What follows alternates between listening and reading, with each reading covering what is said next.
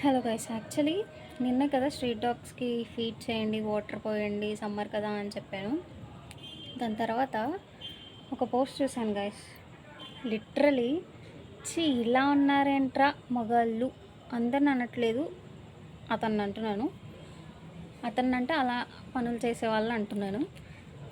మరి కుక్కల్ని, ఆడ కుక్కల్ని అయినో ఓకే, ఆడవాళ్ళకి సెక్యూరిటీ లేని సొసైటీలో మనం బ్రతుకుతున్నాం అయినో, బట్ ఆడ కుక్కలకి కూడా సెక్యూరిటీ లేదు అంటే లైక్ వాట్?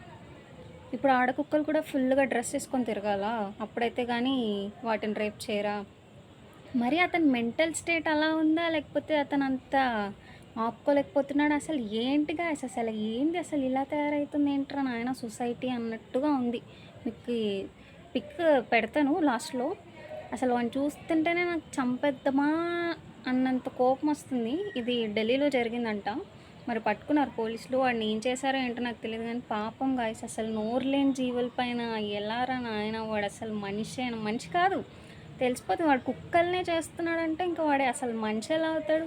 అలాంటి వాళ్ళని రోడ్ల పైన తిరగనీయకుండా ఏం చేశాడో దాన్ని కట్ చేయాలి గాయస్. అలాంటి వాళ్ళని లిటరలీ పిచ్చ కోపం వస్తుంది గాయస్. అసలు మీరైతే ఏం చేస్తారు గాయస్ అలాంటి వాళ్ళు మీకు దొరికితే? కామెంట్ చేయండి నాకు. బాయ్.